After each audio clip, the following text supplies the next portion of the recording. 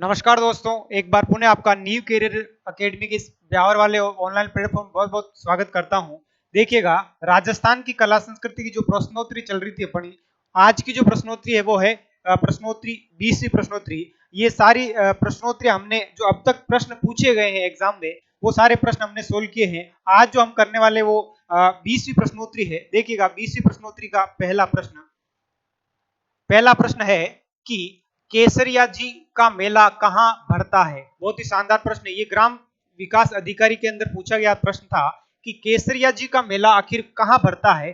क्या परबतसर में भरता है, किराड़ू में भरता है, धुलेव में भरता है या फिर झालरा पाटन भरता है। तो देखिएगा, इसका जो राइट आंसर होगा वो धुलेव। धुलेव जो है उदयपुर में है। याद रखिएगा, धुलेव कहां पर है? उदयपुर में, जहां पर केसरिया जी का मेला भरता है। तो इसका राइट आंसर होगा धुलेव। बढ़ते हैं आगे का प्रश्न। आगे का प्रश्न देखिएगा, दूसरा प्रश्न, किस ग्रंथकार ने अपने ग्रंथों का नाम बीकानेर के महाराजा अनूप सिंह के नाम पर रखा था। यानी अपने ग्रंथों का जो नाम है वो अनूप सिंह के नाम पर ग्रंथों का नाम रखा था। ऐसा कौन सा ग्रंथकार था, अर्थात ऐसा लेखक कौन था? तो देखिएगा, क्या भावभट्ट थे, क्या लोचन थे, क्या हरदे नारायण थे या फिर पुंडरीक विठल थे। तो देखिएगा, जो अनूप सिंह थे, महाराजा अनूप सिंह, ये राठौड़ शासक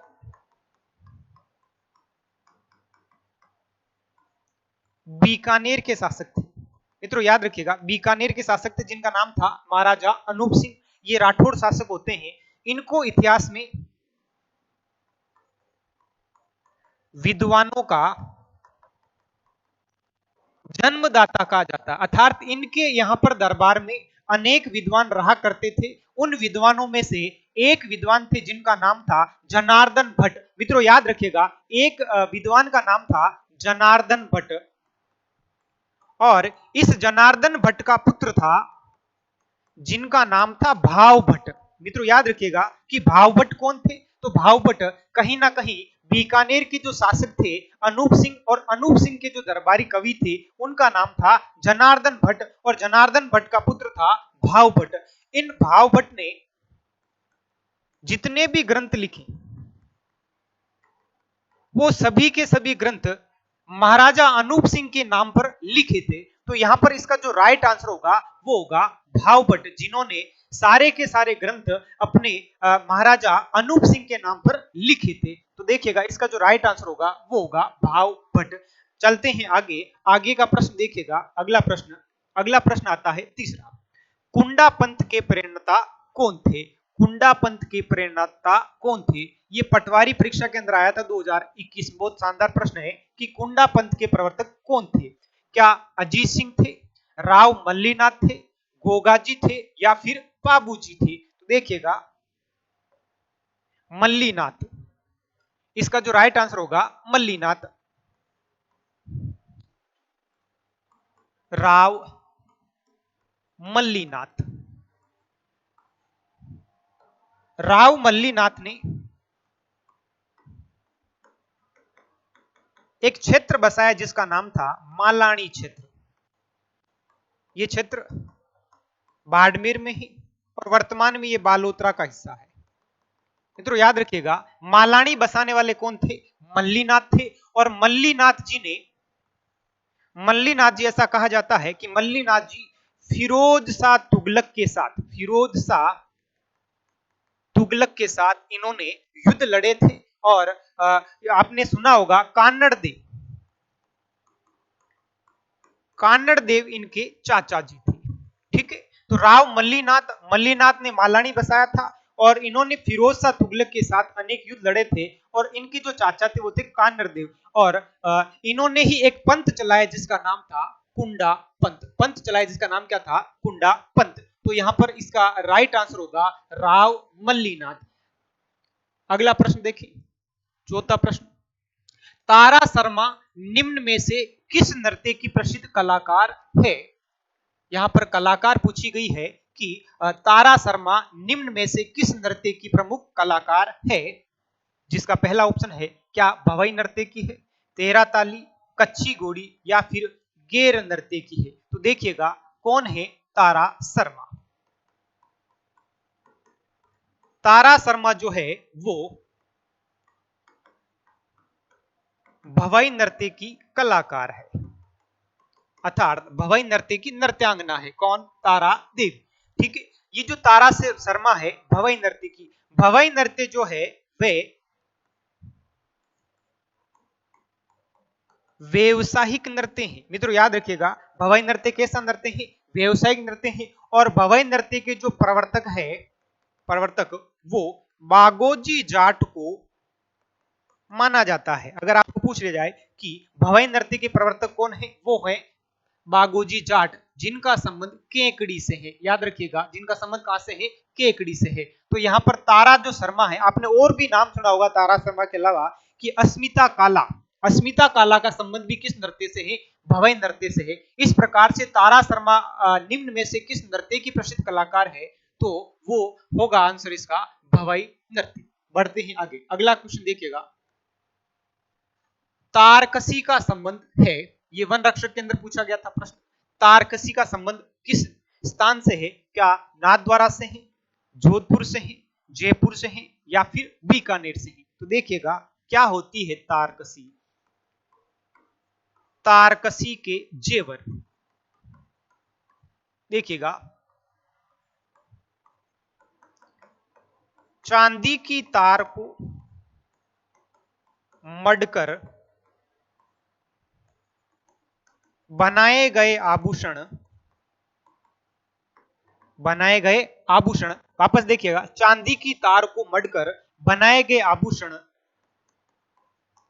तारकसी कहलाता है। ये कार्य क्या कहलाता है, तारकसी कहलाता है। और ये कहां की प्रसिद्ध है, तो मित्रों याद रखिएगा कि ये नाथद्वारा की प्रसिद्ध है। कहां की प्रसिद्ध है, नाथद्वारा की प्रसिद्ध है। तो इसका जो राइट आंसर होगा वो होगा नाथद्वारा। अगला प्रश्न देखिए, त्याग भूमि मासिक हिंदी समाचार पत्र 64 में से कितने पृष्ठ स्त्रियों की सामाजिक जागृति के लिए आरक्षित है। बहुत ही अच्छे लेवल का प्रश्न है ये, कि यहाँ पर त्याग भूमि एक पत्रिका पूछी गई, मासिक पत्रिका, लेकिन इसमें से पृष्ठ पूछे गए हैं कि 64 पेज में से कितने पृष्ठ स्त्रियों की सामाजिक जागृति के लिए आरक्षित थे। बहुत ही शानदार प्रश्न है ये। क्या 50 पेज थे, क्या 28 पेज थे, 10 पेज थे, या फिर 16 पेज थे। तो देखिएगा, त्याग भूमि, ये जो त्याग भूमि है वो लिखी थी हरिभऊ उपाध्याय ने। मित्रों याद रखिएगा, ये किसने लिखी थी, हरिभऊ उपाध्याय ने। और इन्होंने ही स्त्रियों की सामाजिक जागृति के लिए इसमें से कितने पेज को आरक्षित किया गया था, 16 पेज को यहाँ पर महिलाओं के लिए आरक्षित किया गया था। तो ये याद रखिएगा, कितने पेज को किया गया था, 16 पेज को। और यहाँ पर मासिक समाचार पत्र का नाम क्या था, त्याग भूमि समाचार पत्र। तो इसका राइट आंसर होगा 16 पेज। बढ़ते हैं आगे, अगला प्रश्न देखिएगा, 7वां प्रश्न, हर्रो हिंडोलो कद गायो जावे। ऐसे राजस्थानी भाषा के जो शब्द है ये पूछे जाते हैं। देखिए, हर्रो हिंडोलो कद गायो जावे, ये अध्यापक सेकंड ग्रेड के अंदर पूछा गया था। पहला ऑप्शन है किणी रे विदाई माते, किणी री मृत्यु माते, तिवार माते, या किणी रे जलम माते गायो जावे है। तो देखिएगा, हर्रो जो हिंदोलो है वो किनीरी मृत्यु माते गायो जावे, अर्थात किसी की मृत्यु के ऊपर ये गाया जाता है, जिसका नाम क्या है, हर्रो हिंदोलो। तो इसका राइट आंसर होगा दूसरा। अगला प्रश्न देखिएगा, अगला प्रश्न है 8वां प्रश्न, निम्न में से मीरा पुरस्कार किस क्षेत्र से संबंधित है। सूचना साहित्य के अंदर यह प्रश्न पूछा गया था, निम्न में से मीरा पुरस्कार का संबंध किस क्षेत्र से है। या क्षेत्र पूछा गया मीरा पुरस्कार का, क्या चित्रण से है, साहित्य से है, गायन से है, या फिर हस्तशिल्प से है। तो देखिएगा, मीरा पुरस्कार को जो संबंध है वो है साहित्य क्षेत्र से। किस क्षेत्र से है, साहित्य क्षेत्र से। देखिएगा अगला प्रश्न, राजस्थानी भाषा साहित्य और सांस्कृतिक अकादमी कहां स्थित है। बहुत ही शानदार प्रश्न है, पुलिस परीक्षा के अंदर पूछा गया प्रश्न। राजस्थानी भाषा साहित्य एवं संस्कृति अकादमी कहां है, जयपुर, जोधपुर, बीकानेर, या फिर उदयपुर। तो देखिएगा, राजस्थानी साहित्य एवं संस्कृति अकादमी, इसका जो मुख्यालय है वो है बीकानेर। मित्रों अगर आपको पूछ ले कि इसकी स्थापना कब हुई थी, 25 जनवरी 1983 में। याद रखिएगा कि इस जो राजस्थानी साहित्य एवं संस्कृति जो अकादमी है इसकी स्थापना कब होती है, 25 जनवरी 1983 में होती है और इसका मुख्यालय कहां पर है, बीकानेर में। मित्रों एक रोचक चीज और है कि इसी साहित्य अकादमी का जो इस संस्था का जो सबसे बड़ा पुरस्कार है, संस्था का सर्वोच्च पुरस्कार, वो है सूर्यमल मिश्रण सिक्कर पुरस्कार। मित्रों याद रखिएगा अगर आपको पूछ ले कि सूर्यमल मिश्रण सिक्कर पुरस्कार की कौन सी संस्था देती है, तो वो कौन देती है, राजस्थानी साहित्य एवं संस्कृति अकादमी बीकानेर देती है। ठीक है, और इसी संस्था के द्वारा ही एक मासिक पत्रिका निकलती जिसका नाम है जागती ज्योत। आपने नाम सुना होगा जागती ज्योत। ये जागती ज्योत कहां से मासिक पत्रिका निकलती, बीकानेर से निकलती है। और कौन निकालती इसे, राजस्थानी साहित्य एवं संस्कृति अकादमी। इस प्रकार से इस प्रश्न का जो राइट आंसर होगा वो होगा बीकानेर। बढ़ते हैं आगे 10वें प्रश्न पर, देखिएगा 10वां प्रश्न, निम्नलिखित में से कौन सी नृत्य शैली जनजाति समुदाय से संबंध नहीं रखती है। तो यहां पर इन चार में से ऐसा नृत्य ढूंढना है जो किसी जनजाति के द्वारा नहीं किया जाता है। तो देखिएगा कौन सा ऑप्शन है जिसमें जनजाति मैच नहीं होती। तो देखें वालर, मादल और घंवरी ये तीनों ही जनजातियों से संबंधित है, ये जनजातीय नृत्य है मित्रों। और ये जो गीदड़ नृत्य आपको दिख रहा है, ये गीदड़ नृत्य कहीं ना कहीं क्षेत्रीय नृत्य है। क्षेत्रीय नृत्य ये किस क्षेत्र में किया जाता है, तो ये किया जाता है शेखावाटी क्षेत्र। शेखावाटी क्षेत्र मित्रों याद रखिएगा गीदड़ जो नृत्य है वो होली के अवसर पर होता है, होली के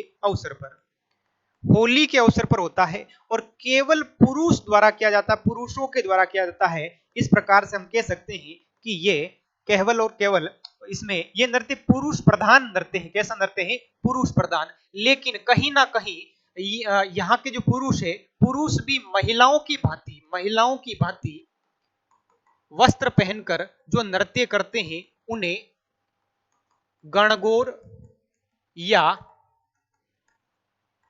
मेहरिया कहा जाता है। मित्रों याद रखिएगा कि मेहरिया किसे कहा जाता है, तो कहीं ना कहीं इस नृत्य के दौरान कुछ पुरुष महिलाओं की